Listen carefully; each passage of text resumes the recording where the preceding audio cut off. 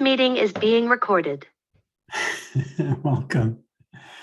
Well, good to be with you again. I've appreciated this group, and this is the last time. Yeah. And I've been encouraging you to speak loud and clear and to one person at a time in your audiences, and to let your emotions take their form, tell your stories. So I'd like to do is start today with 2-minute turns, not calling names, just talking to the group like you would a regular Zoom call. What have you learned from our work here? What do you know?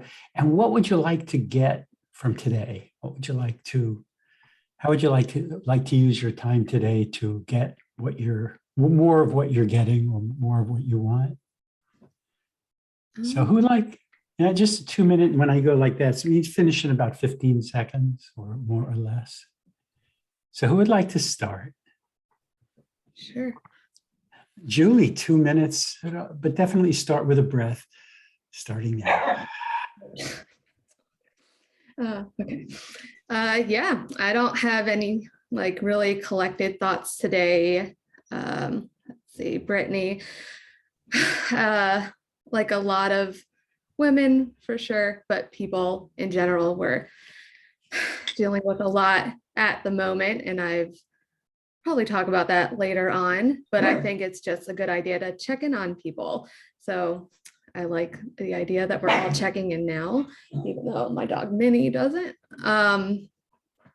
Yeah, I would just like this opportunity, because we're all working remotely, to kind of check in with each other and make sure everybody's okay. And if, talk about what we're doing, regarding the issue, or maybe just what we're doing to support each other. So that's what I would like to get. Thanks, Julie. What you say makes me realize it would be a good idea to have like an emotional check-in. I mean, there's a lot going on that you might have. This might be the time. This is a good time to let it out. It doesn't have to be about animals. It could be about what's going on. That might be a bigger concern. So, Julie, let's start again. Julie, if you want to emote, just to get it out. So check in, and you don't have to call names. You could just do it into the screen, looking around at us on the screen. Okay. Sure. 2 minutes. 2 minutes with Julie. Yeah. Well, my check-in is that, like many people, I spent the weekend feeling, more than the weekend, but the last few days feeling hopeless and really sad, super disappointed. But just being, the way that I am, I turn all of those feelings into anger and now action. Can't talk too much about it, but yeah, I just want to check in and say that we can use this energy for good. And I don't want to assume anybody's feeling one way or another, but there's things and steps that we can do now collectively. And as activists, we're very familiar with organizing and tackling exploitation and injustice and all of that stuff. So that's why I really love this group. We know what to do. And that's my check-in. Julie, who'd like to check in? Okay, Ginger, starting with a breath, starting now. I would just like to tag on to that. On Thursday and Friday this last week, I was in northwestern Colorado visiting the Sandwash Basin wild horse herd. And on Thursday morning in the hotel room, I was with 2 other advocates. And up on the screen as we were having breakfast, it told about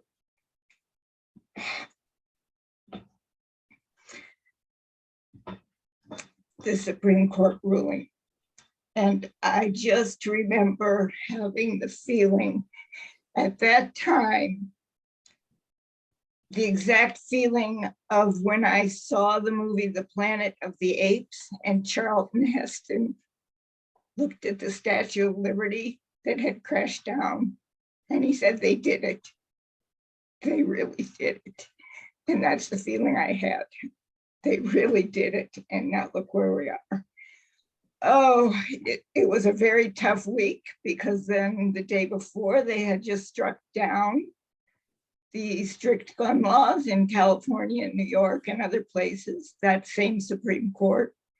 And I just can't imagine, why do guns have more rights than women in this country? And it's not necessarily that I agree with abortion. That's not necessarily it. It's the control factor. And I do support abortion in the early stages. I'm pretty unsure about it in later stages, but just the fact that they have control over us, and what does that mean for everything, including our animal rights? Okay, thank you. Thank you, Ginger. Who's up? Who'd like to? Brittany, starting with breath. Starting now. Yeah, just to echo what Julie and Ginger said, I'm right there with you. I'm also very affected by the Supreme Court ruling. Just, it's a very difficult time in the world, I mean, in our society and in this country. And the more that these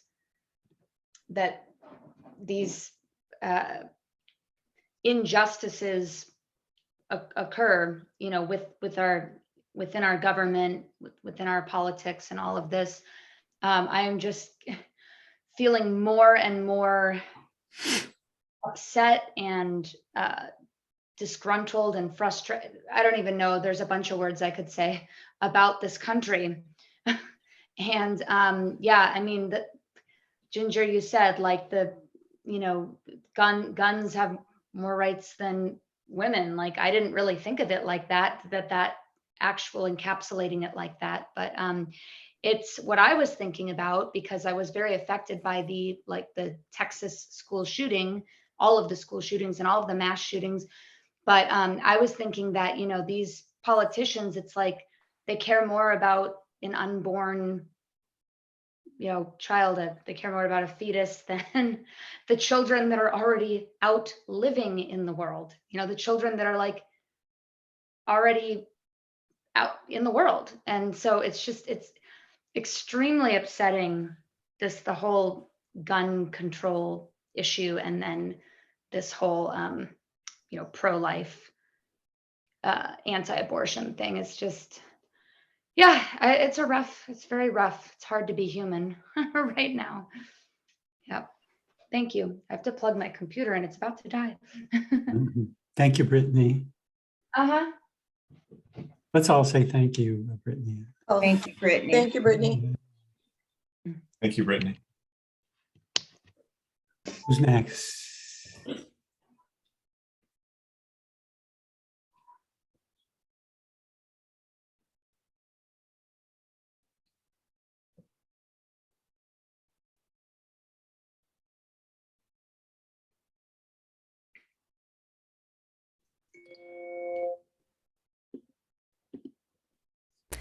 Well, if nobody wants to go, I can go next if you'd like. 2 minutes, Lisa, take a breath.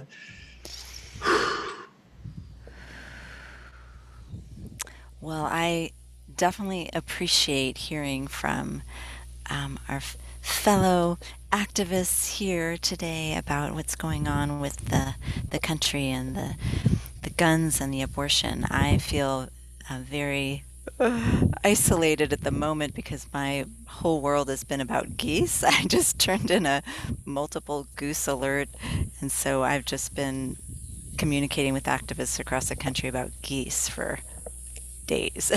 So sometimes I do feel like I'm not as involved in what the rest of the world is dealing with in times like that, because at IDA I get so involved in what we're doing, and I sometimes don't even know what's going on out there in the rest of the world, because there's um, it feels as though I have so much to do that I can't really afford the time to like look at what else is going on.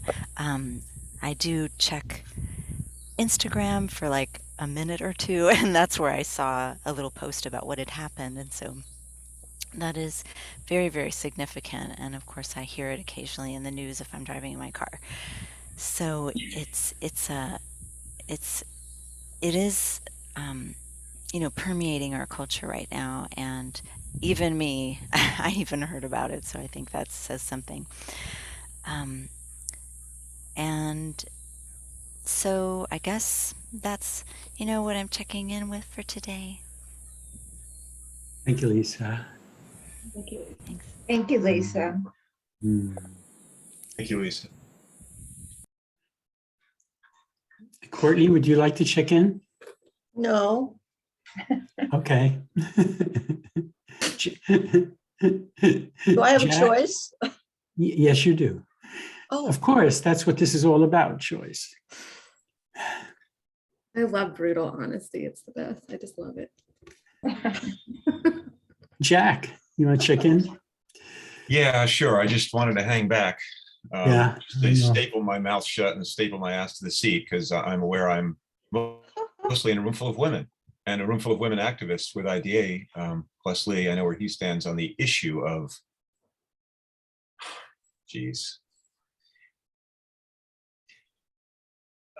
I just had this awareness listening to this and what's going on with politics, which I've been very involved with this weekend. I take the weekends off, kind of off IDA busy work. I mean, I'm always on the phone working on the next action, which is coming up, dealing with what's behind me in my little world, that's the last pond in the reserve right now, covered with some water in it, but it's pretty scummy.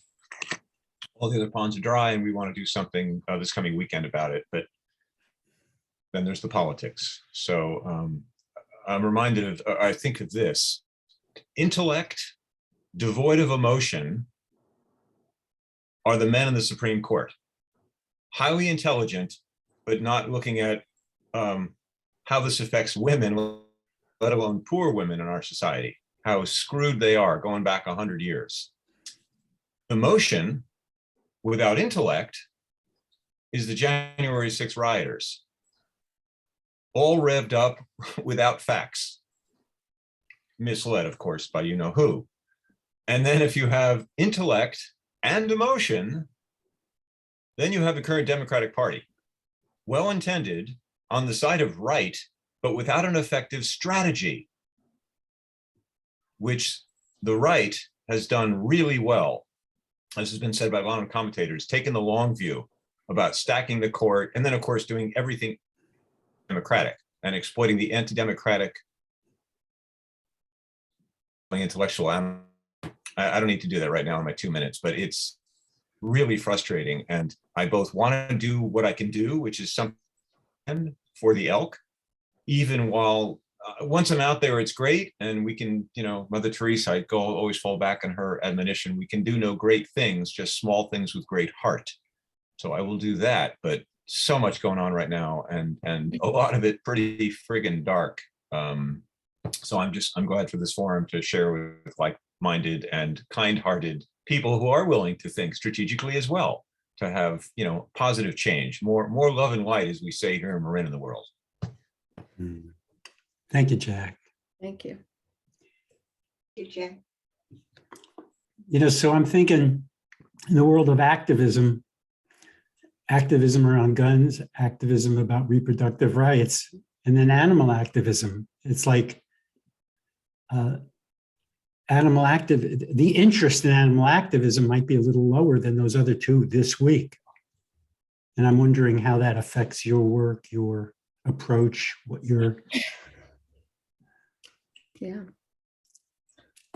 I think it affects us because people kind of push our issues to the side. saying that people are more important. Why are we working so hard to save these animals when children are being murdered in schools and women are losing their rights? So our priority gets shifted down. I definitely agree with that, for sure. Yeah. I think people are waking up, though. I think people are drawing parallels to how the weaker or whatever in society are being treated, and waking up that people, humans, are essentially farmed like animals. We're farmed for our labor, so we're making money for other people. We're farmed for our consumption, giving our money to other people for things we need to survive. And now we're being farmed for our babies, for to produce children, which is insane. And it's not even a parallel. It is the same. It's the same for cows, pigs, chickens, everybody in this system. It is the same. And I think as horrible as this is, like I said before, people are mobilizing. If you're not on TikTok, and it's not just for teenagers, get on there. Things are happening and we don't have to give up. There are things we can do. I can't stress that enough. Just get on TikTok, as silly as that sounds. Yeah, that's what I'll say about that. You know, I had been thinking, if you were to have a talk scheduled, an IDA talk scheduled tomorrow, in what ways could you start with those other things happening, the guns and reproductive rights, and connect that to animal activism? And you just made a beautiful connection, Julie. Well, it's always an attack on females. Right. I mean, that I imagine if you're doing a talk in defense of animals, almost all your audience is going to feel like, although most of us feel devastated by the Supreme Court ruling. So that would be a place to start a talk. And then the guns, and you succinctly made that connection. So I would like to suggest, Julie, that you create a talk starting there, which you sort of did. And any of you to connect other people's activism with animals and make it the same, put it in the same sphere of emotional need. Well, if we did do a talk, maybe everybody could put in their own part. Yeah. Does anybody else? Yeah. Did anybody else have a sense of how you might connect those other issues with animal rights? Oh, yeah. Yeah, Brittany. I mean, yeah, like Julie said, it's always the females that are being exploited. And when you look at the bigger picture, just in the different systems of oppression in the animal agriculture industry, the females, they're exploited in various ways, and their babies are taken away from them, and they're just production machines, and then they're discarded when they can't produce enough to be profitable and all of that. So, I mean, yeah, there's definitely all forms of oppression are connected at the root. And so I think, people are waking up to the plight of animals when we can help bridge those connections for people. Like, I know some women who gave up dairy once they made the connection with their mothers, and they made the connection, like if their own human child was ripped away from them after birth. And and also I think when women like breastfeeding, they make that connection to about just this incredible mother-child bond. And so anyway, yeah, I think that people are making connections and the world is waking up, but it's much slower than we all want, because we want animal liberation tomorrow. And but now, Yeah, it is very interesting too. Somebody said that people will often say, oh, animal rights, they'll kind of brush it to the side because they say there's so many human issues, like we need to focus on those first. But if more people could realize all the connections, then it's just liberation for all, Yeah. Thanks, Brittany. Any other thoughts about this? Because at some point we'll go into what we came originally here for. Any other connections to be made? In the wild horse world, it's kind of the opposite. They are taking away the rights of the horses by wanting to sterilize them. And we promote fertility control, which will allow the wild mares and the wild stallions and the babies to all keep their natural behaviors while still keeping the population in check. Whereas the Bureau of Land Management wants to sterilize the mares and the stallions. And that takes away their natural behaviors. It creates havoc in the herds. It's absolutely not a natural world, and it's not any kind of a choice that is being inflicted upon these horses. I believe personally that the older mares and the very young fillies would appreciate a birth control dart to keep them from having to produce, but not appreciate sterilization, which takes away their complete natural behavior and ability to contribute to the genetics of the herd. Thank you, Ginger. So if there are no other connections of these varieties to make, Well, I Go could ahead. share one. And Yeah. I don't know if this is, maybe I should save this for the story portion, if you want us to have a lead into a story that we were going to tell. But there's also, I think, a connection between what's happening with the geese and what's going on with our culture too.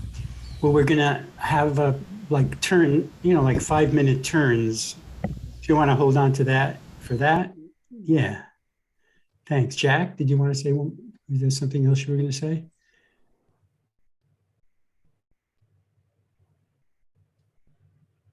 You didn't successfully unmute, Jack. Anyone find that offensive? Oh boy. Oh, wow.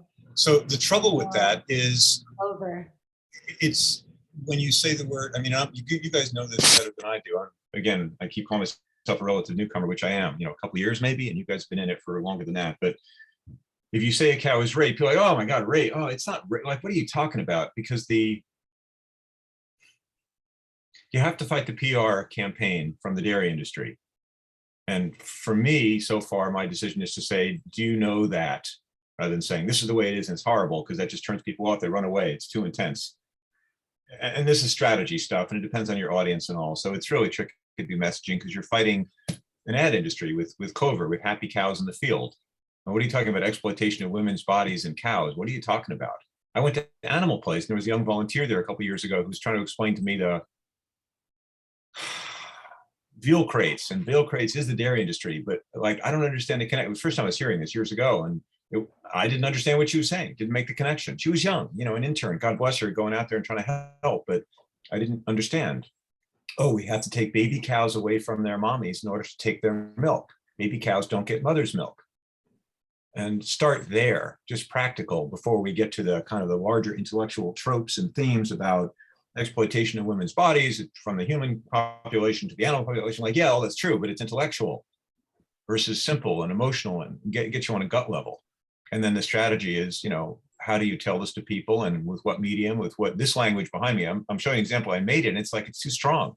It's too much, in my opinion, strategically, depending on the audience. You could show it to a group of vegan activists and they get it, but I'm not trying to preach to the choir or the converted. I'm trying to reach new folks. For me, the big one, and the reason I'm with IDA and doing what I'm doing, is I came in from environmental concerns and what we do to animals in order to consume them is a major contributor and the easiest one to fix to the climate crisis. And all these other conflicts, about guns and women's rights and abortion, which is to say, a woman's right to control her own body, for heaven's sake, without apology or explanation, are all important issues. We don't have to do one thing at a time, as Nancy Pelosi wisely says. But for me, without dealing with the climate crisis, everything's just going to get worse. And of course, with more guns. So, talks are tailored to audiences, in my opinion. Who am I going to speak to? Yeah. Thank you, Jack. And pandemics, by the way, pandemics from cutting into pandemic. forests and connecting with the animal population. Zoonoses, zoonotic diseases, which is, that's the right word, but that's too intellectual for people to understand what I'm talking about unless I explain it slowly. As we chip away at the few wild places left on Earth, we're going to have more. Oh, I don't know. I'll make one up. Monkeypox. There's a nice name for a disease, as if it's blaming the monkey for a human disaster. Again and again and again. So in this group, I would say I go to despair because the issues are so big and so complicated and people are so ignorant in this country and uneducated and overworked. I'm not blaming the victim, but even though they're victim, ignorance is something to be overcome with information. But how do you do that? Thank you, Jack. You're welcome. So, as Benny Thompson would say, without objection, let's move to, there will come a time when you will be giving, and some of you will be giving, planned to give talks. So I'd really like to have the opportunity for each of you to have a nice long talk. Lisa, I think we're going to start with you, since you have a place to start, whether it starts with anything but animals. Let's take a breath and think, where might you start in 5 minutes turn today? What story might you tell? Where might you let the audience in on something that happened to you, on your experience that was a part of what your passion is in defense of animals? And then go into your talk without having to figure out exactly how to do it, but just using the listening to draw out what's coming up.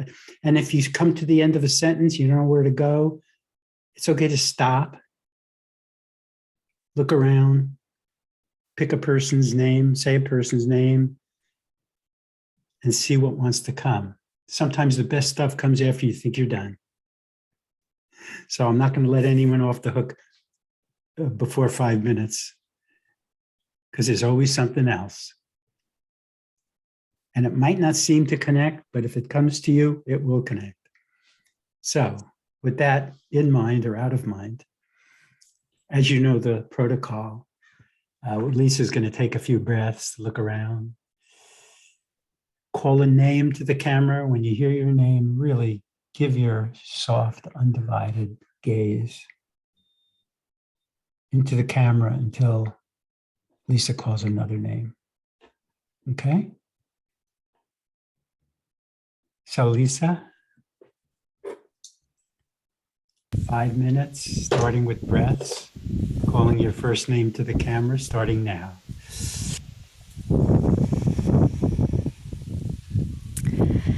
Ginger, it's been a rough weekend here in our country for many reasons. We've got the onslaught of activism after the overturning of Roe versus Wade and what that means and how that impacts all of the mothers in our nation. And over the weekend, I spent time working with Julie, various activists who are on the ground and trying to help the geese in their area.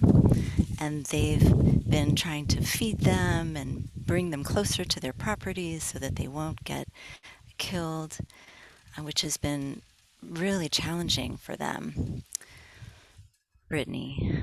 And one of the things that I've experienced as part of working with them is their sorrow, and that the geese that they've been trying to protect were killed, many of them yesterday morning.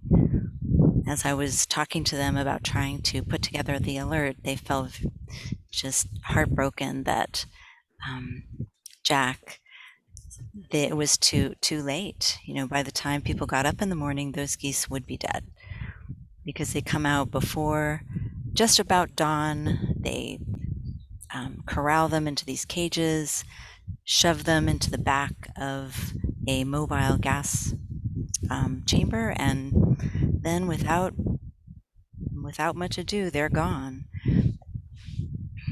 Courtney, and the only thing that's left is possibly a couple of feathers.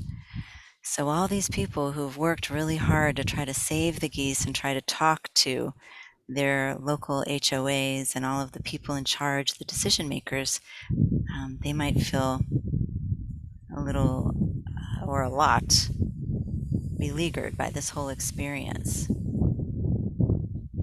Yeah, Lee, some of them actually feel dejected and like they want to give up.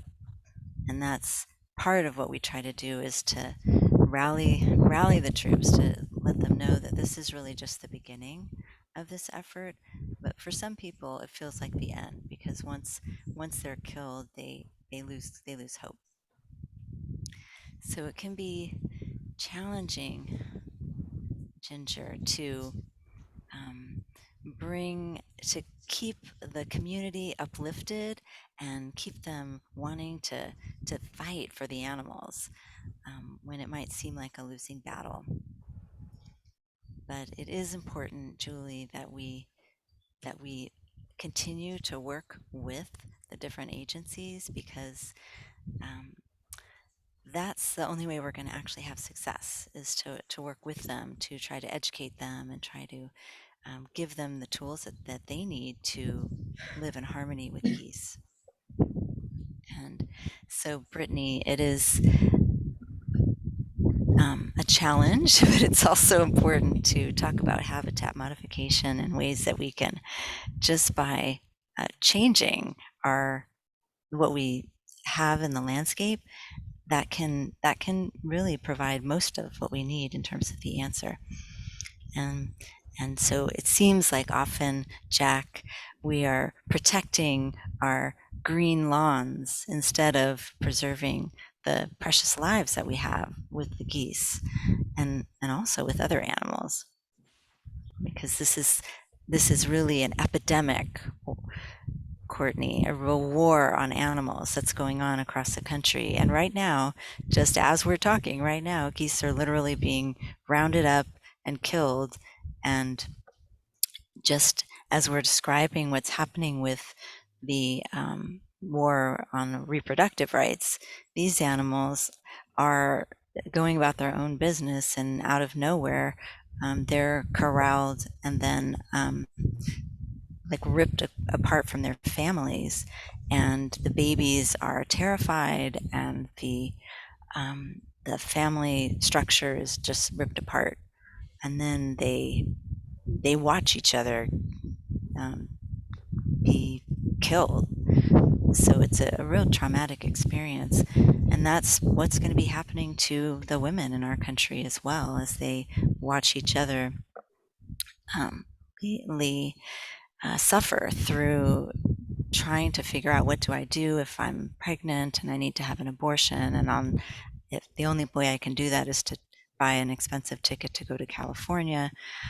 So I think that it's going to cause havoc and bring us back 100 years in terms of doing home abortions and things like that. So we're experiencing traumas within our families, and actually many women who have abortions are women who've had many children. That's what a lot of the statistics show. So it is about families. That's what this is all about, whether it's goose families or human families. So thank you. Thank you, Lisa. Thank you, Lisa. Thank you, Lisa. Thank you. So let's open the room up for supportive comments for Lisa? Well, I just think she said it really well, connecting humans to animals, which is something Brittany started, and also Julie. And I just think that's a very good connection to make. And that was very well done. Yeah. Thank you, Courtney. Thank you, Julie, for hanging in there for the long haul, for you being willing to, feel the pain and the frustration and the loss of these geese, and having the wisdom and the fortitude to support activists who don't yet know, hey, this is just one fight, this is ongoing, and all your efforts are not in vain. They help for the next time, but that's easy to say and difficult to live. So thanks for being able to do it and providing support to others to do so also. Lisa, Thanks, Jack. I think what you just talked about was very engaging and grabbing. But when you described what happens to these geese immediately after the roundup, that is really something that touches people when they hear more of these details. And it's tough to hear, but how else are we going to get through to people? Thank you, Ginger. Thanks. And I just like to say that I'm always like really impressed with the way you present information. So even if you're super angry or anything about what you're describing, it's always really collected and informative and just like really put together. And I think that's definitely a great way to communicate. So I think you always do a good job. Thank you, Julie. Gee. Hmm. Well, thanks, everyone. Well, did Brittany comment? Did I miss it? Yeah, I agree with what Julie said. You do have a really effective way of communicating and telling a story and getting the details and information across. And yeah, I agree with everything that you were saying. It's just a very challenging time, and I know you've been working really hard on that Goose Coalition, all the goose activism that you've done. You've been doing so much and working so hard, and so I just applaud your efforts. And it's really hard to hear about how, like, right now they're being rounded up and separated from their families and the babies and then killed. We know these things are happening to animals every second of every day, but Hmm. Yeah, thanks to everyone for your feedback.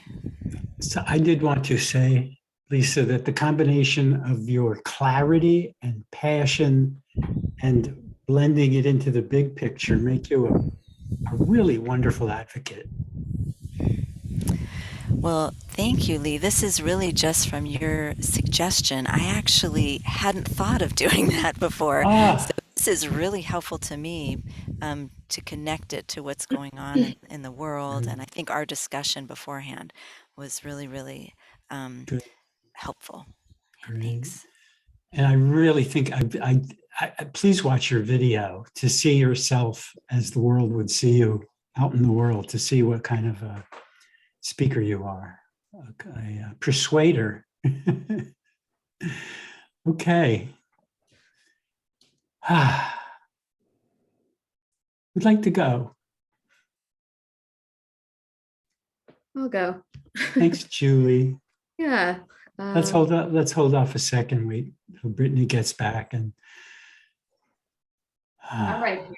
Sorry, yeah. Right oh, here. she's here. Okay. So Julie, before you call your first name, take a few breaths, look around, really let yourself drop down before you come out, starting with a breath, starting now. Let's see. Lisa, I'll start with you. I have a completely different style than you. I am not collected. I am not calm. And maybe that comes across as relatable. I don't know, but I have my own style for sure. Let's see, Colleen. I would say that everything we talked about is like super timely and relevant. But I will say that I've never been more proud or more motivated to be an activist and doing what we're doing right now. I think all of these issues are connected, like we talked about, Ginger, and all very important.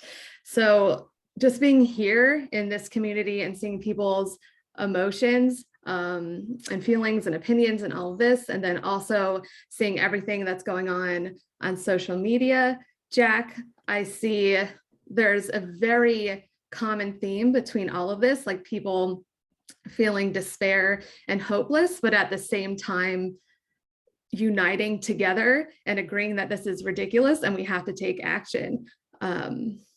Brittany, so in my activism, to link it back to what I'm doing for IDA, like my new goal is I'm still working for animals, but to be, hopefully, to aspire to be that hope that people need. Like there's more than enough negativity out there. People will share negative news. I don't want to do that. I don't want to be that.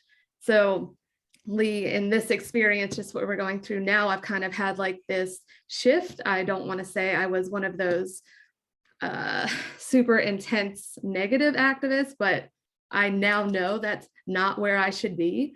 I think in this field, I've struggled a little bit to find my place and my voice. And I now know that I'm not just an animal activist. I'm now a human activist. I always thought those things were very separate and that we already have all these organizations for human rights. So I don't need to do that, Lisa, but I very much need to do that.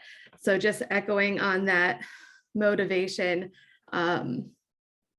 Yeah, so it's kind of like a new identity in a way. I feel like called for not only to speak for the animals, but on the same humans too. They're the same to me now in my eyes, like rights for everyone is rights for all. So yeah, it's been a great awakening for me, I would say. And we need to get men involved. You should be angry. Everybody should be angry. There's been a lot of silence, like radio silence, Colleen, pretty much everywhere, I would say. Like, yes, we have our male activists, and I really appreciate them. They need more representation out there, but we need to like draw the lines and connections. Ginger, this affects men too. And I'm not going to go through the list, but it does. Yeah, so that, Jack, is my new calling, I would say. Like, it's my personal mission, whether it's through IDA or it's stuff I do on the side, like that's my mission, to draw these connections. And that's what I'm going to do. So hopefully I can and have become a more effective speaker, and that can one day get out in front of thousands of people and make these connections, because it's super important and we need it. And if I don't do it, I don't know who will. That's pretty much all I have. Well, you have another minute, so I want you to take a breath and see what wants to come through. Sing a song. Be with somebody and See, Brittany. Yeah, I don't know how to expand any more than what I did. But I guess circling back to what my main point was, just helping people see hope, and that the way to, reach our potential and to connect with others and actually inspire change, like we know as activists, is to lead with hope. If we don't believe that something good will happen or that things will change, like what are we doing? Ginger, yeah, I'm really struggling for anything more to say. But yeah, just I'm so glad that we all kind of like unite in affecting change, and it's super important. thank you, Julie. Yeah. Okay, supportive comments to Julie. I'll share. Julie, I think you're a very strong speaker. You've got a great and almost like a commanding, voice and presence when you speak.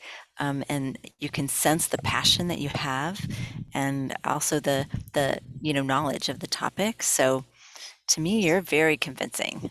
Oh, thank I can see you making these connections on the stage with all of you. these, different activists of different kinds, and kind of drawing people together.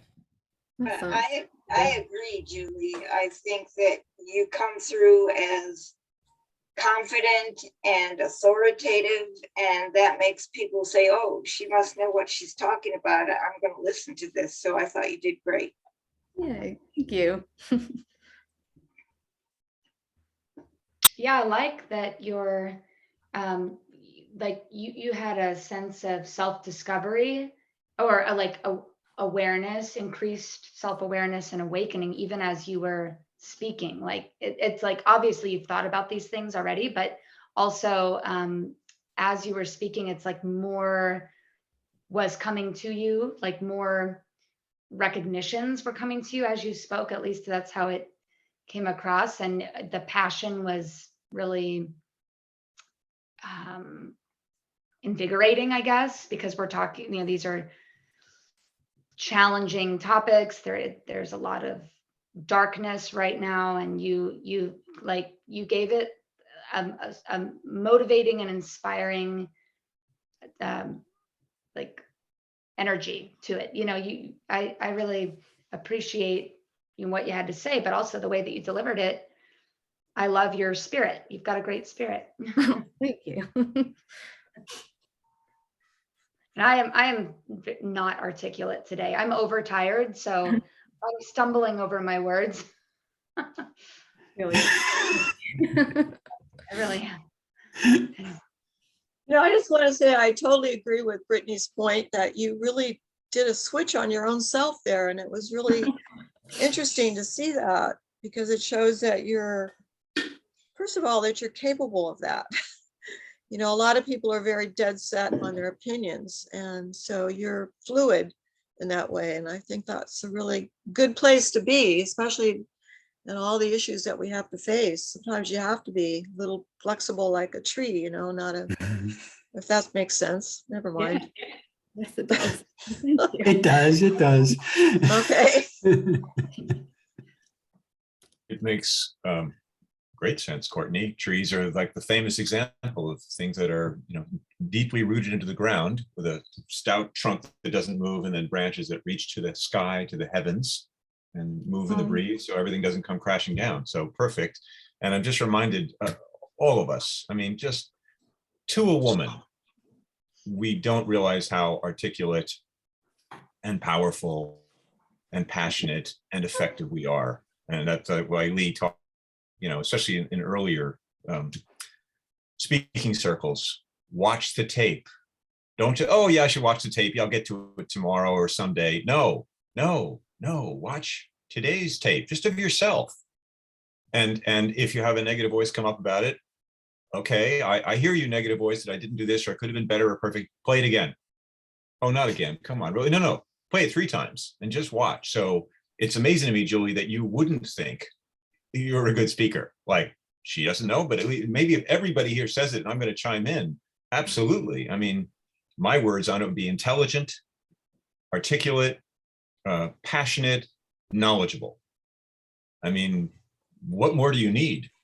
Other than, your facts will change and the topic will change, but yeah, you should be out there on a stage speaking to 1,000 people. Absolutely. I when you said that, I'm like, yeah, where do we do that now? And I want to talk to you separately about TikTok, because I know I keep hearing that and I have resistance to it. It's a separate talk, but anyway, you go, woman, you go. Oh, thank you. I appreciate that. So, Julie, my word is eloquent. Do you know yourself to be eloquent, or is that like the furthest thing that you can imagine? Yeah, no, it's not a All word. right. Okay. Now you are eloquent. And if you watch your video, not just the talk here, after you took a minute to say how bad you were, watch the talk, and also watch what you did in that first go round when you had you had not planned it in any way. Remember when we went around and you talked about the connection between reproductive? Watch that and you will see eloquence. And I would love for you to know yourself as eloquent. That will cut through a lot of crap. But I will try. Thank you. thank you. Jack, I want to say, Jack, dear. Yes, honey. With your, no, when you have your horns. Oh, No, when you're the way, yeah. No, yeah. It looks like they're coming right out. You're like, I you are the know. Thule elk, Jack. You I are. thought you were doing that on purple. sometimes. Yeah. Other times it's just visual eloquence. Visual eloquence. That's right. That's visual eloquence. Who's next? I can go. Ginger, taking some breaths before calling a name to the camera, starting now.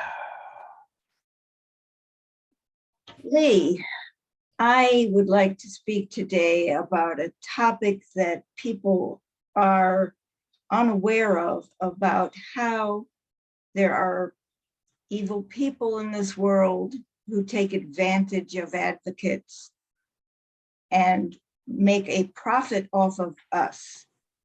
And this is in regard to what we call kill pens for wild horses or horses in general. And Jack, I would like to start with a story.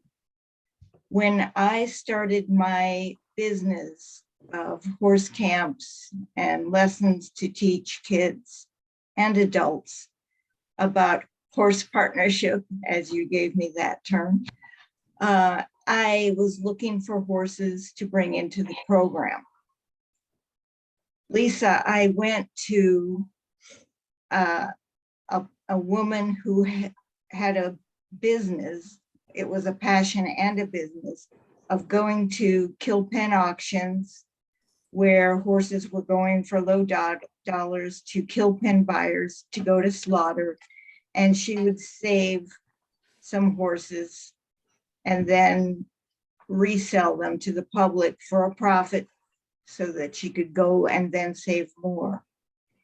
And Julie, when I went to this woman's place where she had some of the latest horses that she had bought out of these kill pens, she told me the story of one of the horses that I had chosen from her.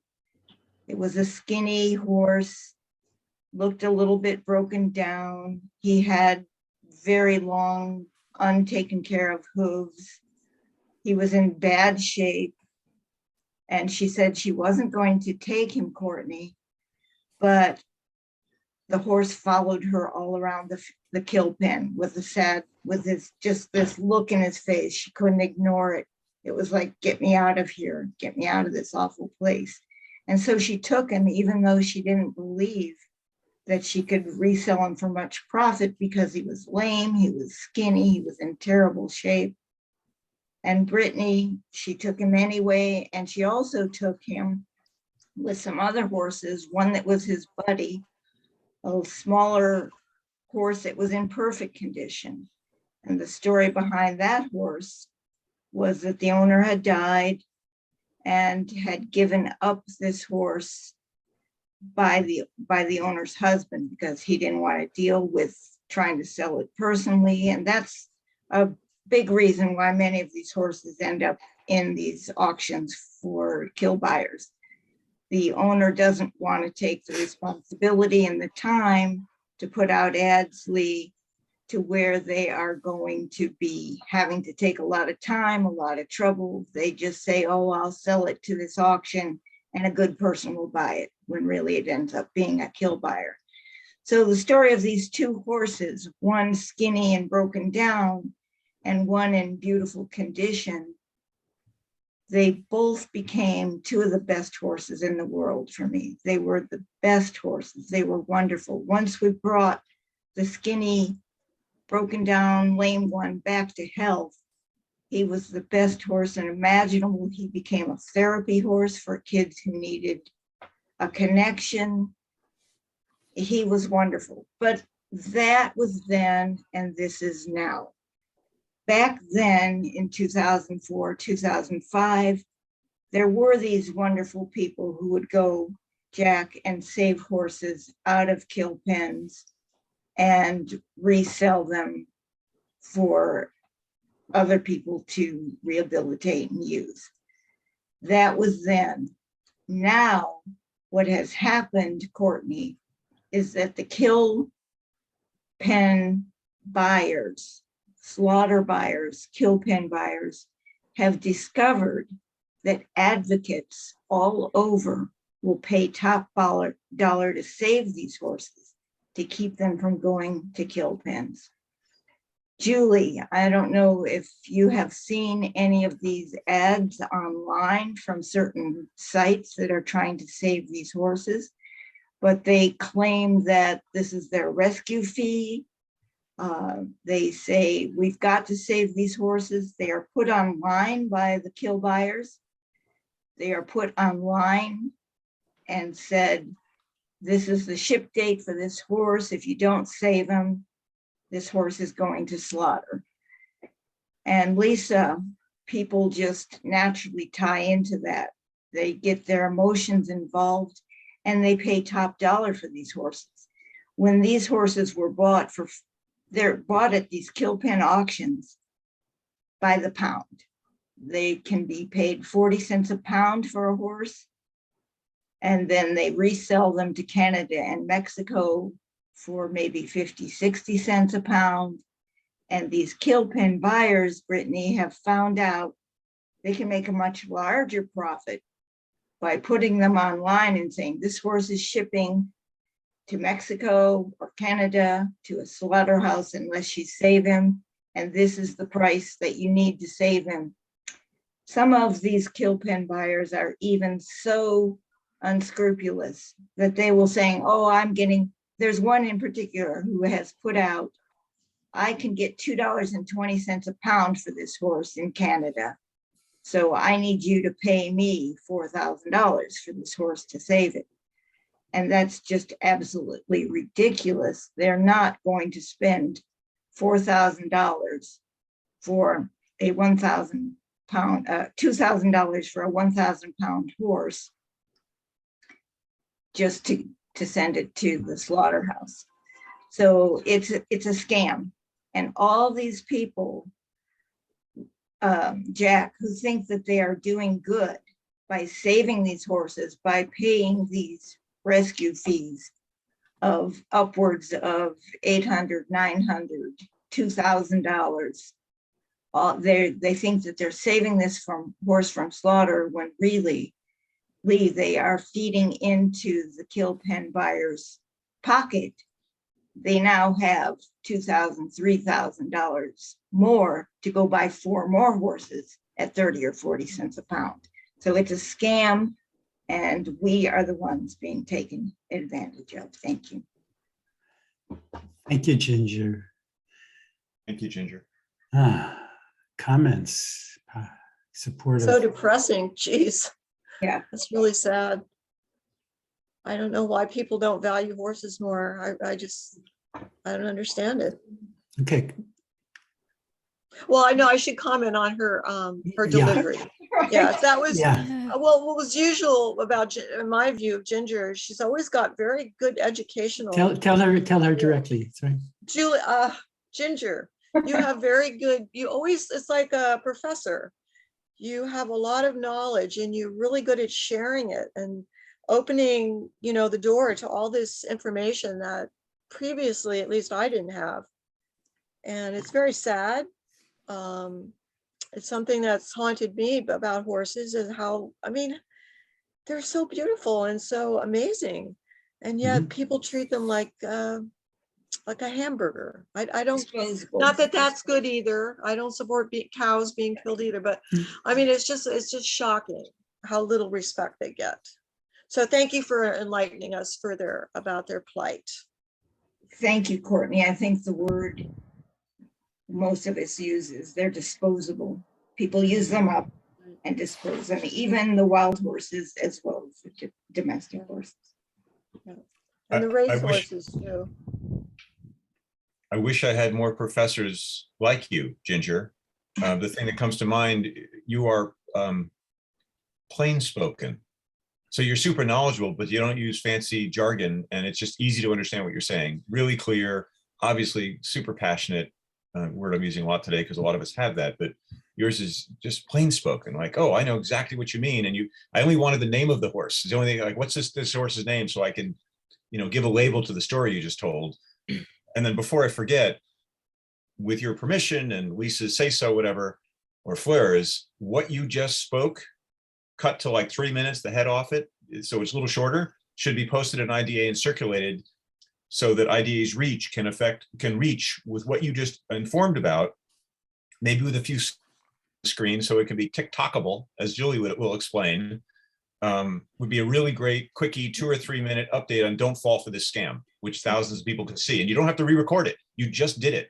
It's fantastic. And I love your setting. It's a plain spoken, intelligent, knowledgeable woman who has some information for you in her home office, no pretension to it. Really great. Well, thank you, Jack. I was actually thinking I was going to do an Insta post about it because there was an article also that explained it. But you're saying I should do a video. I'm not sure about that. But No, anyway. no. I'm not saying you should do a video. Oh, I'm saying okay. you just did a video. Oh, gotcha. Okay, thank you. You understand the difference? It exists Yes, now. yes. It's just it's an editing job. If other people agree, I mean, Lisa and Julie's nodding, but yeah, I just saw the potential in what you just said. Like, oh my God, I didn't know that. And you communicated it. I mean, maybe it was 4 minutes. It could be edited down probably to 2 or 3. Less is more if we can. Thank you. And the name of the horse is the healthy, strong, beautiful horse. We named him Rio. He was a beautiful red chestnut. And then the skinny horse that was lame, we named him Shadow. He was a gray. And we filled him out and fixed his feet, and he became just the world's best horse. Thank you. Now we have the horses' names to cut into the video. Thank you, Natasha. So Ginger, I'll chime in here. I think that that's a great idea, actually. That would be like your video content. You've already done it. So I really like the way that you have incorporated all that we've learned in the speaking circles into what you're sharing. So starting off with that story, making it very personal, and then really describing the activist edge, what's going on. And I do think it is important to let people know this is a theme that we have in our animal rights movement, paying the perpetrators of these things. So it's very strong, the delivery in the story, and I think could have a great impact. Thank you, Lisa.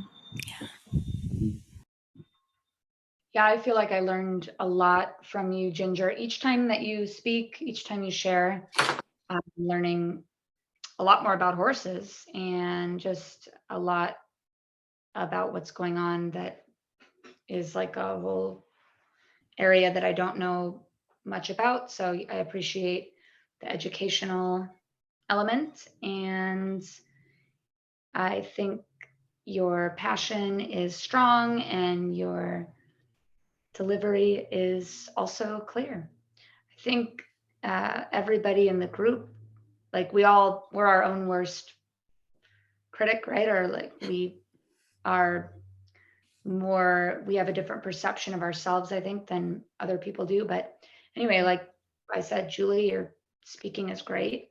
And Ginger, I mean, everybody's has their own style and their own, all of our uniqueness is celebrated in this kind of supportive environment. So now I'm going off on a tangent, but thank you, Ginger. Thank you, Brittany. Yeah. And Julie, did you? Yeah. Oh yeah, for sure. Yeah, I agree with what everyone said. I know when Professor Ginger will speak, I will learn, and it will be interesting, and like what an awesome quality to have as a speaker, that people will learn something, take something away, and like hopefully apply it to their lives. So that's awesome. Thank you, Julie. Ginger, the word I have for you is irresistible. And this is for you and anybody else. Do it pro bono. If you want to do a Zoom with me and tell the story, just the facts. The facts I could see John, if you watch John Oliver Weekly does a show who would do this kind of a factual story of an awful thing going on, and everybody knows it. If you want to do that with me, and then you would just be on the screen, and we wouldn't have to cut anybody else out, and it could be edited. If any of you want to do a video, I'm available to do that and to edit it to get it just right for 1 or 2 minute pieces, and maybe that's TikTok, right, Julie? Shorter probably, but yeah. Well, is it shorter is one? better. There's a 1 minute version of this that would work. Mhm. Anyway, irresistible. Once people are listening to you, they cannot fail to see. They cannot fail to feel awful about the situation. Okay, Thank you. so who next?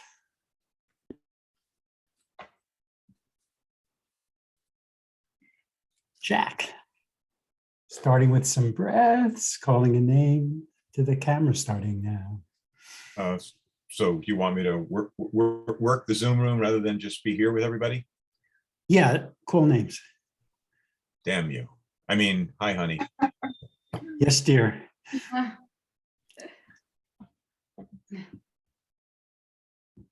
Brittany. Courtney? Huh? There you are. Oh, you said Brittany. Did you say Brittany?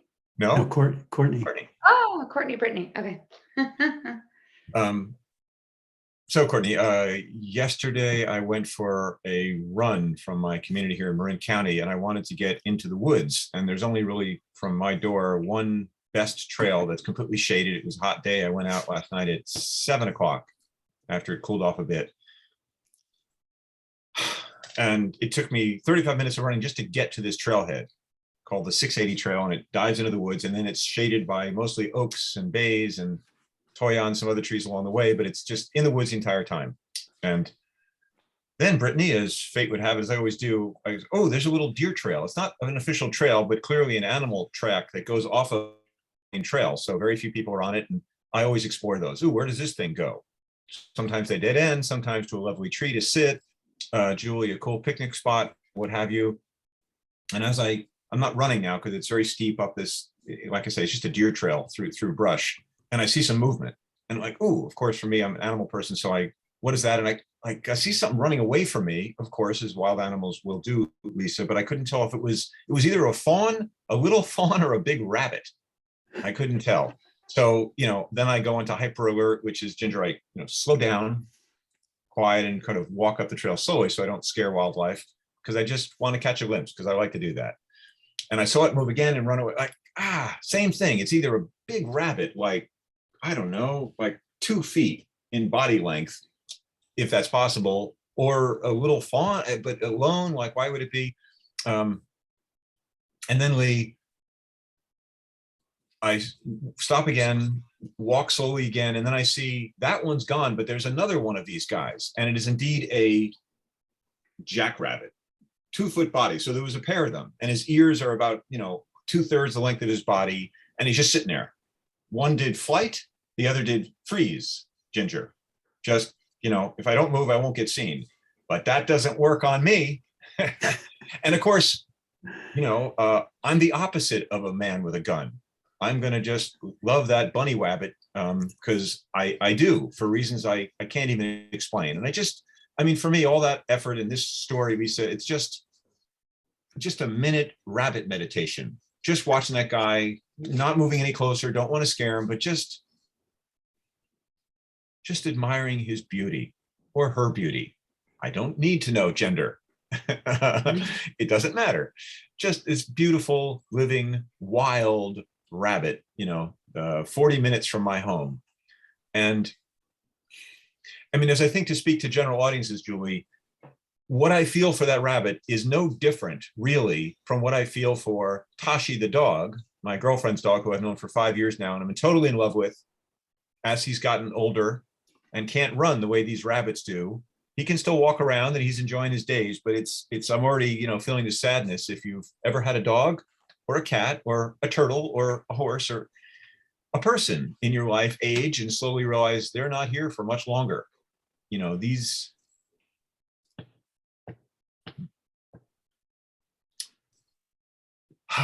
Brittany, these days are precious. This life is precious. And for me, that's all animals. I make no distinction. And my rational mind wants to explain, why do I love animals so much? Why do I feel what I feel for cats, Ginger, that I grew up with, or the family dog? I got my first dog, Rocky the dog, before the damn movie when I was 10 or 11, because he had he was a black lab mix, Springer Spaniel lab mix with a white mark on his nose. It looked like a rocket ship. So he was Rocket. And he became Rocky. Again, pre-Sylvester Stallone. It's important that you know that. And I was, an 11-year-old kid in love. Wow. In love with his first dog, right? And just got on the floor with that guy and loved him up. As I was 50 years later, literally 5 decades later, loving up that rabbit sitting on the side. And it's just, they're no different. They're the animal kingdom. I can get that way, and now I'll go off the deep end, for an ant. If I rescue it from my kitchen counter where I don't want it in my food, instead of just killing it the way we're taught to, Lee, just to sweep it into my hand, open up the front door, and off you go. Sorry, I took you off your scent trail to your colony. I even have that awareness, okay, this is getting crazy now. I can't function in the world. I'm going to be one of those Buddhist monks, Ginger, who's, sweeping the path to get to my car, let alone driving a car. Like it's the Berkeley bumper sticker, save the planet, kill yourself, which I'm not prepared to do. But I do want to express my just deep love and admiration, apart from all the human fighting and incivility and conflicts in our world today. Animals are out there every day, or in our homes every day. Lee, I see you and your finger. But Julie, it's like I was saying, just looking at this group of people here with, horse love and turtle love and goose love and cats and dogs, and it's all the same. They're these beautiful present creatures who do us only good things and no harm, unless, I guess, arguably you're a child wandering across some African savannah with a wild cat after you. But that's not most of us anymore, Ginger. They are innocent, and we have the power. And we can, the message, I guess, is we enrich our lives by honoring them and feeling connected to them and feeling present moment joy and appreciation and love. And I say that as a straight white man out of New York. I can feel love for a pigeon, for a rock dove, or as one girlfriend of mine used to call them, dirty city birds.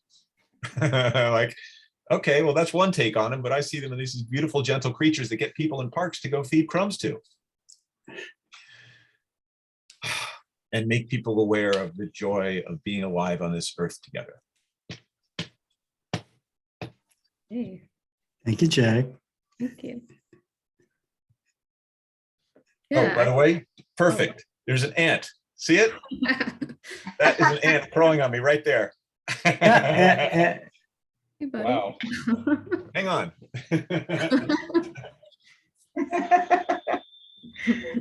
Gotta walk him outside. Going outside. Grab some water. Coincidence? I don't think so. I don't think so. Yeah, so I have feedback, and I think the way you speak and communicate stories, I think it's super authentic. And as I have attention span issues, and I can say, and this is a compliment, that I could listen to your stories for 30 minutes and not get bored, because you take us on a journey and you give us facts and information and, stories about your life. So it's very, very personable and relatable. And yeah, you're just a great storyteller. So nice. And nice to meet your aunt friend. I'll kind of Thanks, Julie. piggyback on what Julie's saying. Jack, I think you would be a great candidate for the Moth, which is a storytelling hour. It would be wonderful for you to just even express your delight about other animals, especially in the context of being a man from New York, because I think just developing empathy in their listenership is something would be, I would love to see that. And so, something to think about. You could work on that, like developing that, and then go on the Moth Story Hour. Absolutely. What is MOTH? What is that an acronym for? Oh, it is It's- the Moth. Go ahead. It's Public Broadcast Radio, PBR. Mhm.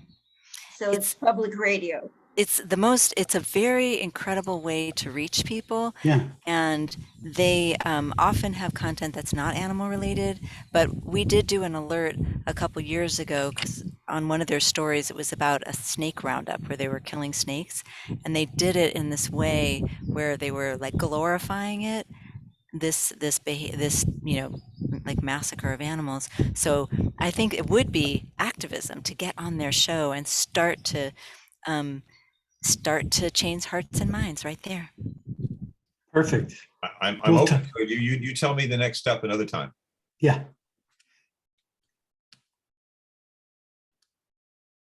Well, I was gonna say, enjoy your. go ahead, Ginger. Oh, I was gonna say, I just enjoy your compassion from a male perspective because it's so rare. So when you bring that into your stories and your talks, it's very powerful. So thank you. Thank you, Ginger. I just want to say, I really appreciate your, what Julie said, authenticity. I really feel you're very present. You can really feel what you're going through right then. It's not like theoretical or academic. It's your real experience. And that really is interesting to listen to. So I don't have anything more, but I really do appreciate your experience in life and how you bring that forward in such a great, personable, and interesting way. Thank you, Courtney. I watch Bill Barr and then I just do the exact opposite. No, but he has jokes too. So sometimes you have jokes. So Yeah, I was going to say, I appreciate your sense of humor. You are a great storyteller, like others said. You have passion and emotion. You're in touch with your emotions, which is really great to witness. And also you have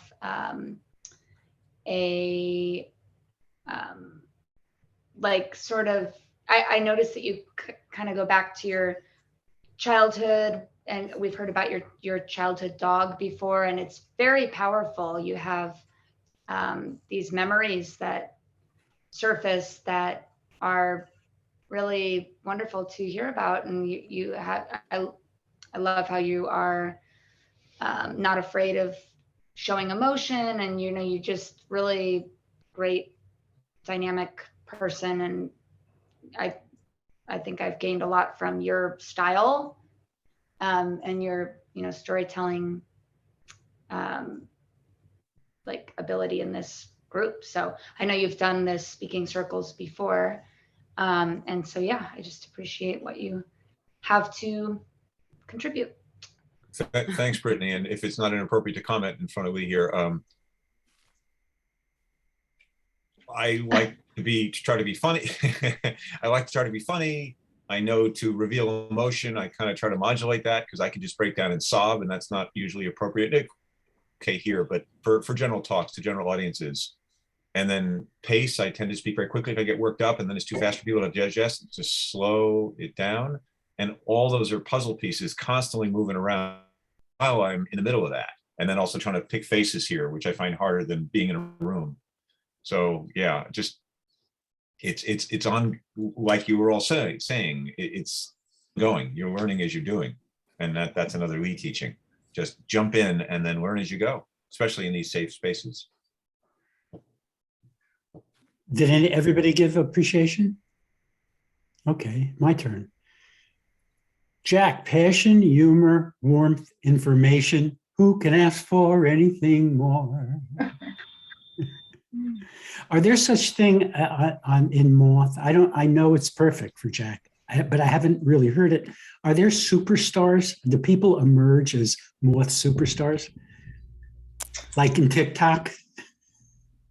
Yeah, I mean, they do have people that they share. Um, yeah, they do have that, but I don't know if it's like a contest or anything like that. Oh, But people that they do, share at different story slams, they'll call them things like that. hmm. Are they on a certain topic, or is it one person gives What- a talk that's of a great length? Well, it's like speaking circle, whatever you want to do, right? Yeah, it depends. When they share them on the Moth Story Hour, they do pick a theme. Like they'll say this is about mothers or mothering, or they'll say something like because they curate it as a show. But I'm not sure how it happens, like when you're doing a live one, because they do them live as well, like in venues. Mhm. Love of animals would be a perfect place to start, but I'm sure you could do one on mothering too. When you say live, what does that mean? A live radio broadcast? No, they do these it's a performance. So It's a you're, performance. yeah, you do There's- it in a location. Wait, There's a live, I'm sorry. there's This a is, live audience. this is so 20. Hang on, wait, this is so 2022. You mean you stand on a stage in front of other human beings? Yes. Yeah. I didn't We'll know that talk. goes on. We'll talk. Okay, thank you. Thanks, everyone. Thank you, Jack. Okay. Oh, one last little thing for Jack is this would be a good opportunity to talk about the elk as well. That is so funny, Lisa. Like I'm embarrassed to say I didn't think of that. Like, duh, because I'm an expert, which is compared to the average person who would know anything about Tule Elk in a national park, and I know a lot about it. So perfect. Okay. Who's next? It's Courtney or Brittany, I'm pretty sure. Oh, I Okay, hate going Courtney. at all, so I don't know if I should just do it now and get it over with, or Yes, I should do it, get it over with. get it Well, over with. But, I wait, was but, gonna- but well, you have to be introduced appropriately. So 5 minutes with Courtney, starting with breath. And the first thing you say is one of our names, starting now. Lee, I was going to do this speech I had prepared here that you and I went over. And now I'm deciding to do something spontaneous, but I'm not at all sure I have Ginger 5 minutes to say about it. But Julie, I'll give it my best. So what I'm thinking about, Brittany, is how I'm hearing all of these, trying times and difficulties. And I'm thinking about the animals who persevere and how that kind of energizes me. And the latest one I've heard about Jack is an elephant named Rosie. Lisa, she was just rescued to Wildlife SOS in India. And Rosie, I don't know how old she is. She's old. And she had a very rough life, Ginger. And there's so many wounds on her body from spikes actually being in her feet and her wounds all over her body. It's a miracle, really, that she's even still alive. But she was rescued in time. And now it's being reported that she's actually walking into the grassland and smelling the flowers. She loves flowers, apparently. And just the fact that she has that strong sense of survival, no matter what. And so I think that's what inspires me. And I think we've all seen that with different animals, Jack, that no matter what they've been through, I mean, many of us have seen that with animals in the shelters. They'll still love people, even though they've been horribly abused. Horses too. I've seen that, the horse rescue, where the horses were just horribly, miserably treated, starved, and yet they came back, their spirit came back. So that's what inspires me. And it's also true in the human world, Julie. When I first started therapy many, many years ago, my therapist told me to read a book by Viktor Frankl, Lee. And the book was about how some people survived concentration camps. And his theory was that, Brittany, the reason that separated them from the ones who did not survive was their will. That was the only thing that separated them. So I'm not sure if that's true in the animal kingdom, Lisa. It seems to me animals are more innately self or hopeful, maybe is the right word, or they just don't give up. It seems to me they don't give up. And I don't know where that comes from, just maybe because as humans, our brains, Ginger, are always thinking of ways that we should give up. We think of all the terrible things, and it's very natural, Lisa, when we see goose being killed, just slaughtered in front of each other, those activists want to give up, and it's understandable. Now, maybe the animal just doesn't have that cognition problem, they're not going, gee, now all this terrible stuff. They just live in the moment, and maybe we'll never understand, Lee. I don't know as that we will, but anyway, and there's some people that, like Viktor Frankl pointed out, and I just saw a documentary about a little boy. His name was Gabriel Fernandez. And it's kind of it's a tragic story, all right? Because his mother and his mother's girlfriend beat him to death, okay? And it took them many months to do this. So the poor child was tortured. But on his last day on earth, the last thing he did was to make a Mother's Day card.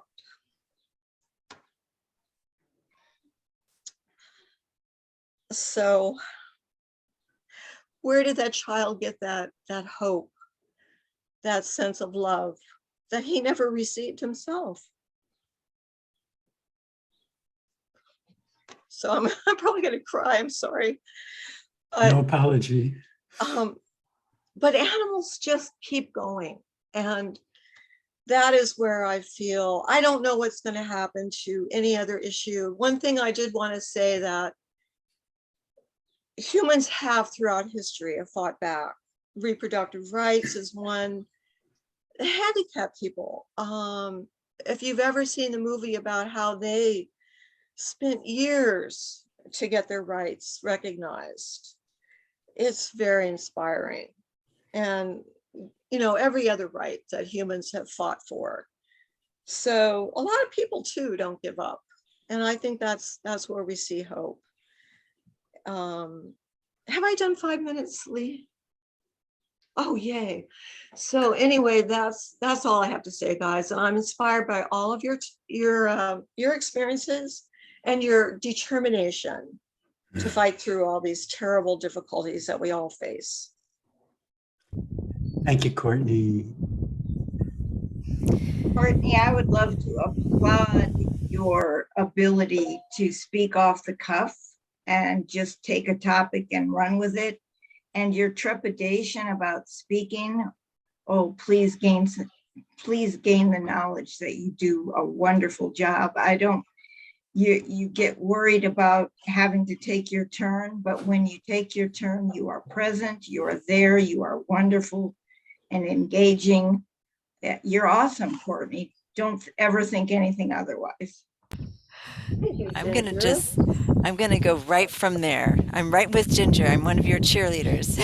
That was just fantastic. I really was moved. I'm like crying from listening to you, and the parallels that you drew between the animals surviving, their survival instinct and will to survive, and also people. That was super engaging. Such a great topic too. So you have lots to say, Courtney, and I'm so eager to hear it. Thank you, Lisa. Yeah, it was really beautiful. And the way that you described that was beautiful. And I also appreciated hearing the story about Rosie, because I think there's so much darkness and so much hard, so many hard things to grapple with, and I've been feeling the weight of the world, big time lately, as we all have. And so to hear an animal that was rescued, an elephant, and now she's living the life that she deserves at Wildlife SOS at the sanctuary, that was a nice little story that you included. And just, yeah, everything that you have a great way of going from one thing to the next. Like Ginger said, you just kind of impromptu, you're not sure at first, but you just go and it all connects. And what unfolds is really lovely. And so I agree with Lisa and Ginger that you're a better, more effective speaker than you realize. Thanks, Brittany. I'll agree with all of that. I think you're nervous at first, but like everyone said, what you come up with and what you communicate is always super impactful and informative. And also you're not afraid to show emotion, or maybe you don't like to, but when you do, it adds to that impact. So I think it was really great. Everything you always share is really great. And it's also relatable and also great storytelling.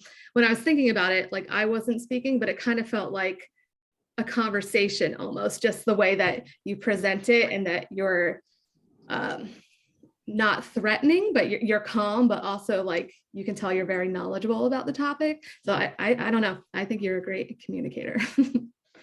Thanks, Julie. I agree with every word Julie just said, as well as others. But two things that you took the leap off the cliff. Extemporaneous was in my world, and apparently everyone else is really successful. So put that clipboard away once you've looked it over, and just go as you go. And then also the thing you apologize for in your talk, which was, I'm sorry about, I'm going to cry. And Lee said, don't apologize, or no apologies. Because you were emotional in that moment, that's the piece I will probably remember for days afterwards. The part that you were apologizing for, that you felt uncomfortable showing the emotion, as someone else has said here, is the piece I'm going to remember about the little boy riding the mother's car despite that horrible situation, because you were emotional in that moment. Okay, so I'm a man, I'll bring that up as well. Oh, woman emotional. No, that's part of your beauty, is you're being emotional in that moment, especially if you're spare with emotion all the way through. Those moments are key. Like, wow, that for me just goes to my heart and becomes indelible. So please keep that up, and beautiful job.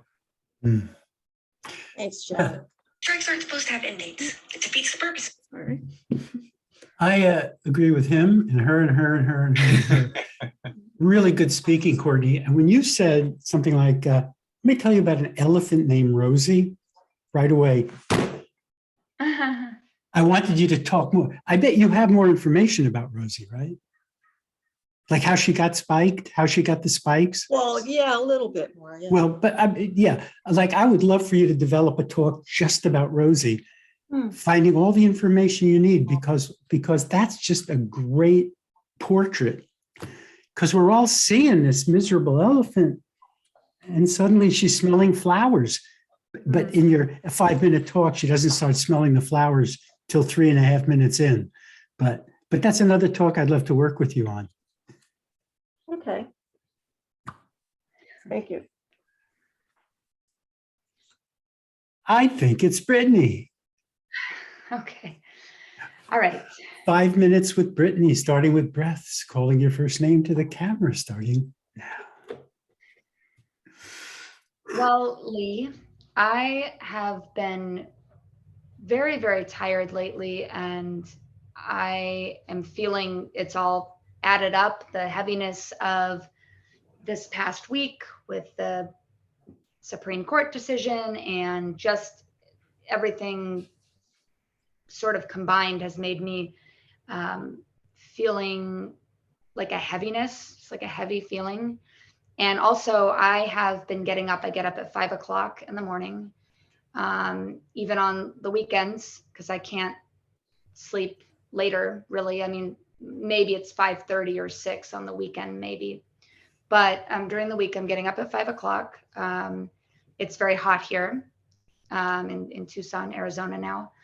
And also I do my animal care, my sanctuary care in the mornings, early before the heat and before I sit down at the computer for work. So I love getting up early. It feels good to get up early, Ginger. I am accustomed to that now, and it's a nice feeling to just, have a longer day and get things taken care of in the early morning. But I don't think I'm going to bed early enough, Jack. So not going to bed early enough combined with getting up real early has kind of affected me. So I'm not feeling very articulate today, Courtney. I feel like I'm stumbling over my words with the commentary that I was giving on everybody else's shares. And Lisa, I'm just feeling jumbled. Also just have a lot of different tasks and work items that I'm dabbling in. So just all of the mix of all of that. But I did, Julie, want to share. It's a long-winded start to my talk here, but I do want to share a positive story about animals. It's not 100% not set in stone yet, so I'm not going to get my hopes up, too much yet, but things are looking promising, Ginger, and that is that I'm working on a campaign with a 16-year-old advocate for animals who's in New Jersey, who had reached out to me months ago about some animals at a park facility that he had grown up in this town and going to this park. And there's an quote, and I say it in quotes, Jack, animal haven, which is not a true animal haven. It's just basically a zoo type facility where animals, Julie, are just living in enclosures that are far too small, barren, boring, what's the word? Kind of dismal enclosures. And so, long story short, Courtney, I've been working with a 16-year-old who actually had started a petition a couple years back for this and is just a very mature, motivated, inspired individual who's still in high school. And most likely these animals are being relocated to sanctuaries because he and I have joined together and we are contacting sanctuaries in the area. And I won't give all the details, but point being is that it's looking like it's going to be a victory, Jack, where these animals who have really been deprived for years, the pigs, Lee, are very overweight and have a limping condition. They're like hobbling. And the emu doesn't have enough space to really move around much. Emus can run like, I think 30 miles an hour or something. They need to run. And so the emu has not nearly enough space to really even move around as she should be able to. And also, Courtney, there are other birds peacocks who don't really have much room to spread their wings and so forth. Anyway, you get the picture.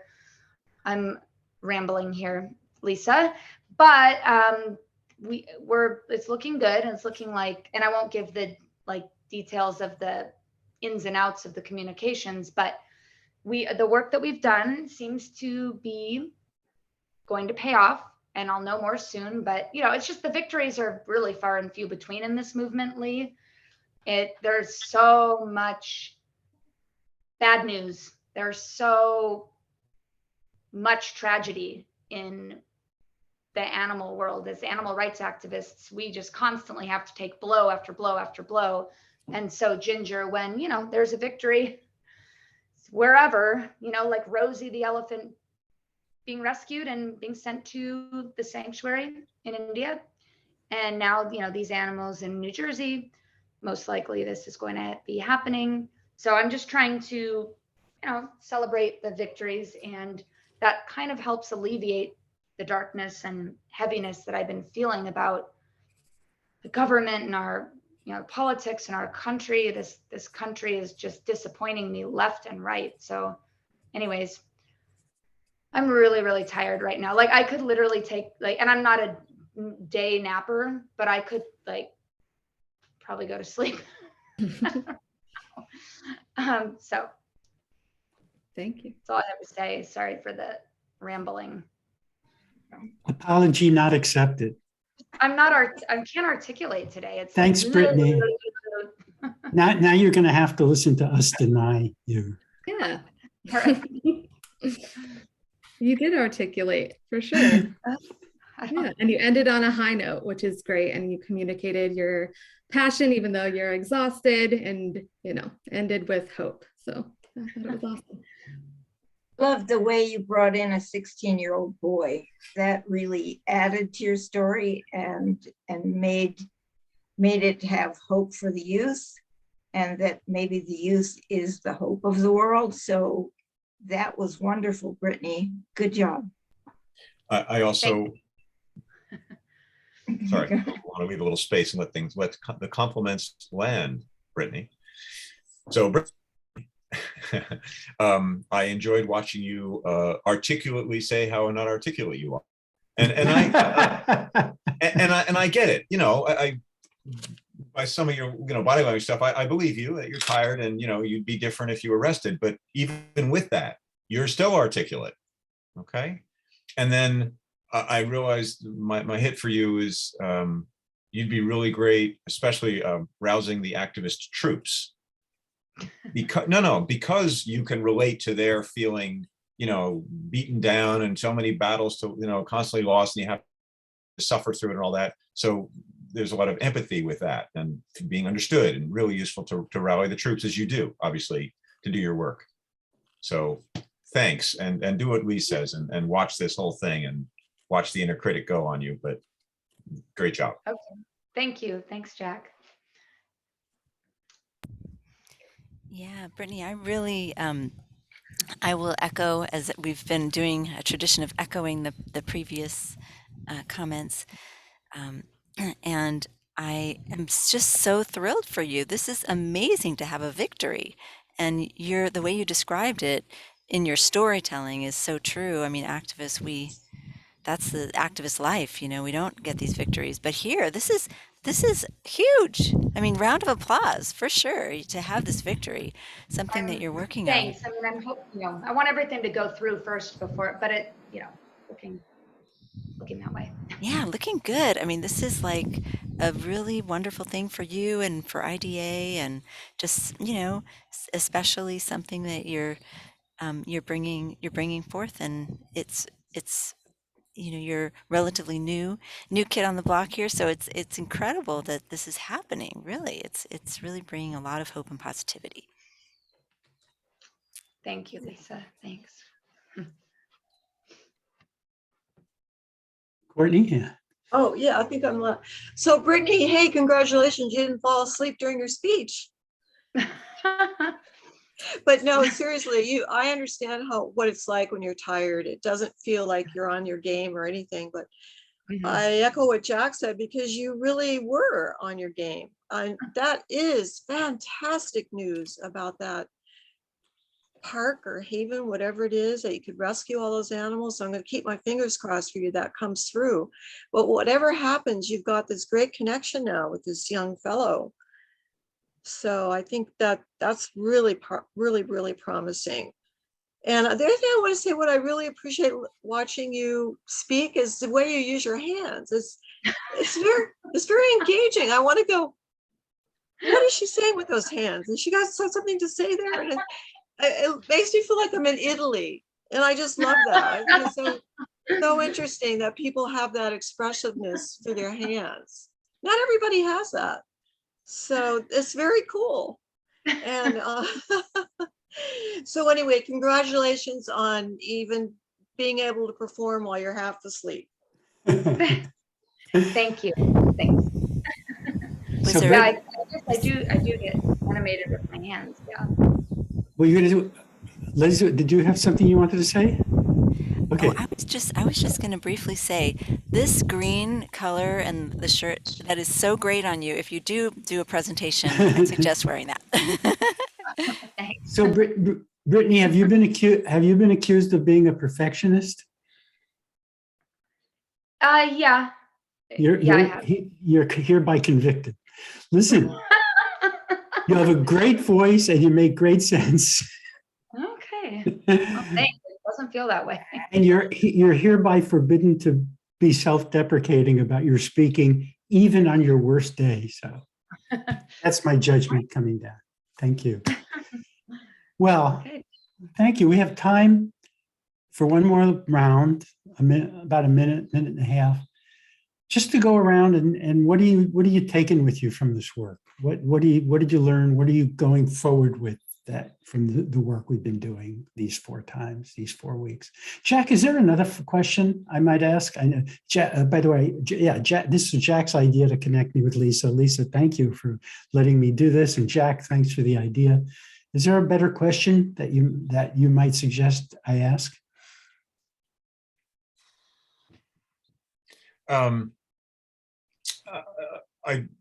Because we're right in it, I don't have something formed. My thoughts that come up for me is like, this is really useful just to connect us so we get to know each other better rather than only in a Zoom where we're trying to get something accomplished. This is a little more personal, a little more time.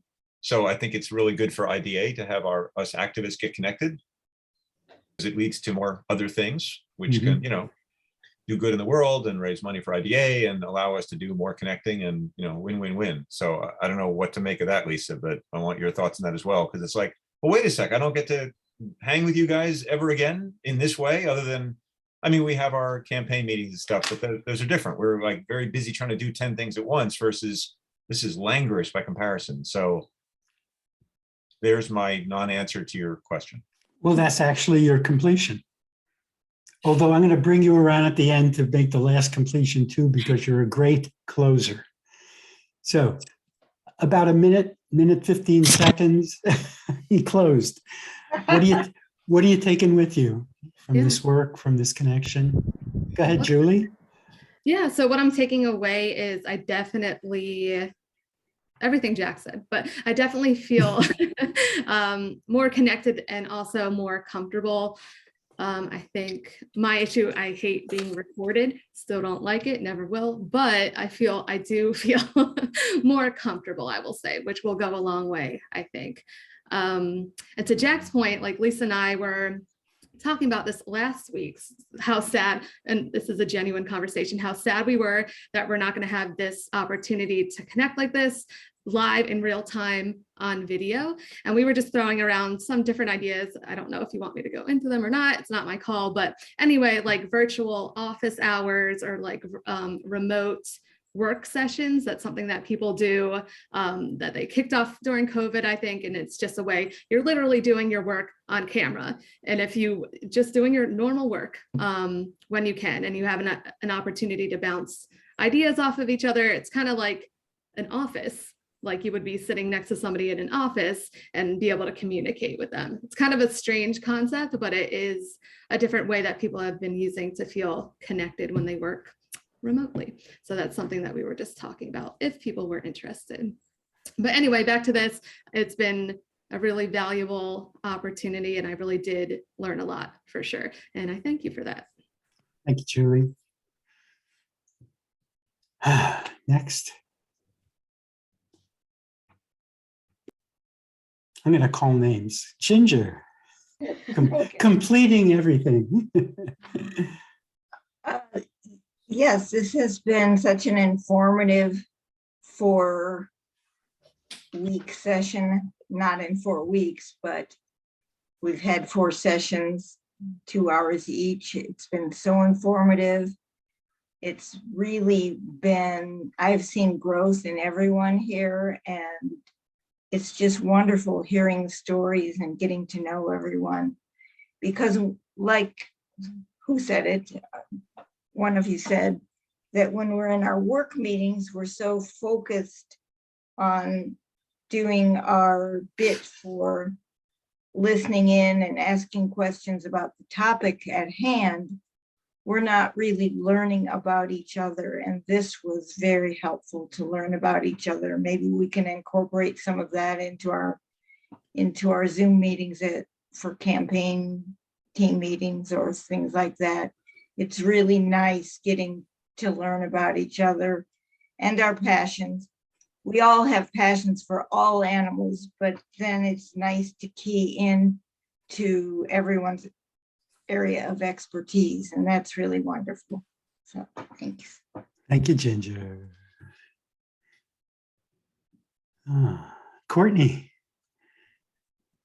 Well, Lee, I just want to say I got a lot more out of this than I thought I would, because I was, as you know, not that excited about speaking. So I did learn a lot. And one of the things I think is very important is you taught about breath. And I think that alone is a very important feature, just like it is with yoga or any exercise, but I had not thought about it as being so important with speaking. And I do think it really does. It's a really good tool. So thank you. And I really appreciate your personality. You're very engaging and welcoming and supportive, which I guess that goes with being the job that you have there. But anyway, and also I agree with everyone's comments about learning about everybody's passions and, you know, just more about fleshing out more about who they are. So it's been very educational on both of those aspects, learning to speak and learning about everybody's lives and interests. Thanks, Courtney. Brittany. Yeah, I learned a lot for sure about myself, about everybody else, about this idea of, you know, speaking circles. I think it's really valuable. It's really important. And I feel that this kind of thing should be taught widely. Like these workshops should be for younger people too, in schools, because if younger people learn better forms of communication, building confidence, active listening, all of these skills that we've been working with, I think it would make a big impact on society and just help develop more well-rounded, more grounded humans. In a way, you know, it's a little therapeutic, or it's a little reminiscent of like, or that's probably not the right word, but it's reminds me, I guess, of therapy in a way. I mean, just the space to be heard, the space to speak and have the floor, uninterrupted listening, all of that. And so, but it's like, it's just a great group. I think I'll miss connecting on this level with all of you. So maybe from time to time we can do something like this. I mean, maybe not for like a 2-hour block of time. You know, well, we've only been doing it, I guess, once a month, but maybe we can do like a shorter version every so often, whoever wants to join. It's just a nice practice, I think, to continue. So thank you, Lee, for setting the stage and laying the foundation. Thank you, Brittany. Lisa. Well, I will have to echo all of the thanks and gratitude from our group to you, Lee. This has been such an incredible learning experience, and you've held this sacred space for us to connect with each other, with you, and with our stories. So I know that we've all grown and learned a lot. Personally, I love the idea of having a story to start out a talk with and trying to engage with what's going on in the larger community and tie that in is a good challenge and a good strategy.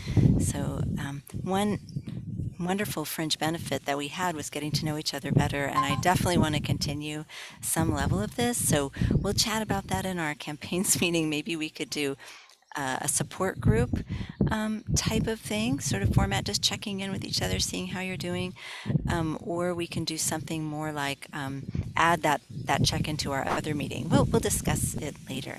But as far as this experience, I'm just full of gratitude to you, Lee, and to everyone here who's opened up, really allowed themselves to be vulnerable in a new way so that we can become more deeply connected. Thank you, Lisa. Well, it's the end of the 9th inning, and it's time to bring in the closer. Coming in from the bullpen or the deer pen Jack, take a minute and a half and close this down in your own way. Jack. No pressure. If loving you is wrongly, I don't want to be right. And if this is a fringe benefit, referring to other people's content, one of the cardinal rules I love to break every time for Lee, then I'm really fringe. I'm way fringe, which is our getting to know each other better. So I say, yeah, let's do 2-minute shares before our next campaign meeting and just check in where we are.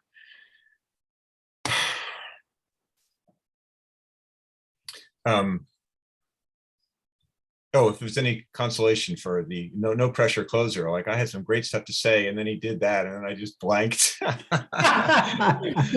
it happens to the most practiced of us. I won't say best because I don't believe in that. I just, I'm thrilled that all you guys jumped in, and I wish we could do this in person. It's the first time in 40 years I've had the thought, I wish we worked in one office and could, get in the conference room, or better yet outside, with the ants and the flowers and the birds, and do sharings and be connected. It absolutely, can you imagine what a different society we had if at 14, 15, 16, 17, in high school and even junior high, people learn to stand in front of groups of other people, of their fellow humans, and learn to speak before them, while the entire room learns to, wait for it, listen to them, how to listen. Oh my God. I mean, what the world needs now. It would connect people and calm people and soothe people. And if learning to see other people, face your fears, of all you folks have done here, as I just did a second ago, because I didn't know what I was going to say. If that isn't therapeutic, I don't know what's therapy. It's learning to love you more, or hate yourself less if you prefer, but I'll go with the positive, learning to love and accept yourself more. So thanks to everyone here for jumping in and doing this. Thank you, Lee, for hosting, and as has been said, creating a sacred space where we undo our childhood traumas, which taught us not to do public speaking because we'd get made fun of, or feel ridicule, or get no positive reinforcement, all of those things and more. This is the opposite forum. And I still dislike Zoom. I appreciate that it connects us. We wouldn't otherwise because we're separated geographically, but being in a room with people, I hope our society still has a place for all that in the days of what I just coined as the extreme court of the United States, where you can easily be fractured. And this is one of the antidotes. And us being gathered around a common mission of doing it for animals, all the more beautiful. I'm honored to be among you. Thank you, Jack. Thank you all. Great. Let's just take a breath together and then a group hug, if you like. This is optional. Wonderful to be with you. Wonderful to be with you. Bye. You. Bye, everyone. Thank you. Bye. Thank you. Thank you, Lee. Thank you. Thank you. home.